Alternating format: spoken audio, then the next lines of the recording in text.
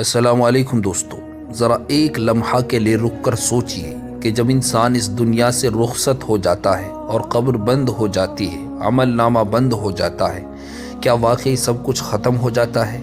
نہیں۔ رسول اکرم صلی اللہ علیہ وسلم نے ہمیں کچھ ایسی چیزوں کے بارے میں خوشخبری دی ہے کہ جن کا ثواب مرنے کے بعد بھی ملتا رہتا ہے۔ آپ علیہ السلام نے فرمایا کہ جب انسان مر جاتا ہے تو اس کے اعمال منقطع ہو جاتے ہیں، مگر 3 چیزیں ایسی ہیں جن کا ثواب مرنے کے بعد بھی مسلسل ملتا رہتا ہے۔ پہلی چیز ہم پچھلی ویڈیو میں بیان کر چکے، صدقہ جاریہ، آپ چینل پر دیکھ سکتے ہیں۔ اور آج ہم آتے ہیں دوسری عظیم چیز کی طرف دوستو، اور وہ ایسا علم ہے کہ جس سے لوگ نفع اٹھاتے رہے۔ جی ہاں دوستو، یہ وہ سرمایہ ہے جو قبر میں بھی روشنی بنتا ہے اور قیامت تک نفع دیتا رہتا ہے۔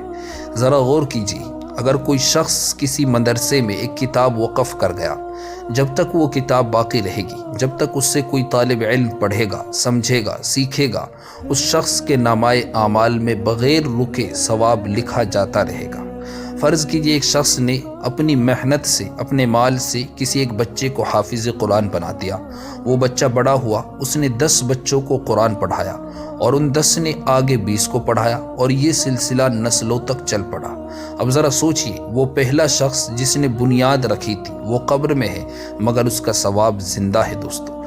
جب قرآن پڑھا جائے گا، جب قرآن پڑھایا جائے گا، اس پہلے شخص کو بغیر مانگے، بغیر یاد دلائے خود بخود ثواب ملتا رہے گا۔ جی ہاں دوستو، اور حیرت کی بات یہ ہے کہ یہ ضروری نہیں کہ آپ پورا حافظ خود بنائیں۔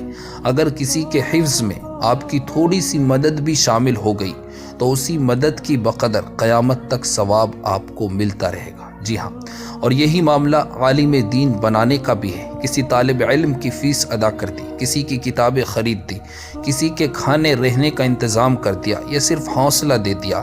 جب وہ علم حاصل کرے گا، لوگوں کو سکھائے گا، ہدایت کا ذریعہ بنے گا، تو اس علم کا نور آپ کی قبر تک پہنچتا رہے گا دوستو۔ چاہے وہ عالم زندہ رہے یا نہ رہے، چاہے شاگردوں کی نسلیں بدل جائیں، لیکن جس نے پہلی اینٹ رکھی اس کا اجر بند نہیں ہوگا دوستو۔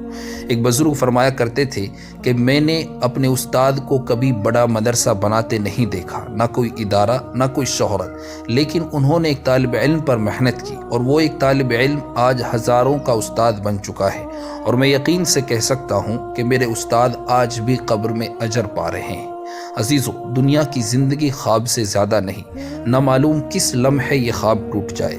عزیز، قریب، رشتہ دار 2-4 دن روئیں گے، پھر سب اپنی زندگی میں مصروف ہو جائیں گے۔ کام آنے والی چیز نہ ہمارا نام ہے، نہ ہمارا عہدہ، نہ ہمارا مکان۔ کام آنے والی چیز اگر کوئی ہے تو وہ ہے وہ جو ہم نے اللہ کے دین کے لیے، علم کے پھیلاؤ کے لیے اپنی جان یا مال سے چھوڑا ہے دوستو۔ جی ہاں، اس لیے عقل مند وہ ہے جو اپنی زندگی میں ایک ایسا بینک کھول لے جو کبھی دیوالیہ نہ ہو، جہاں سرمایہ بھی محفوظ رہے اور نفع بھی قیامت تک ملتا رہے۔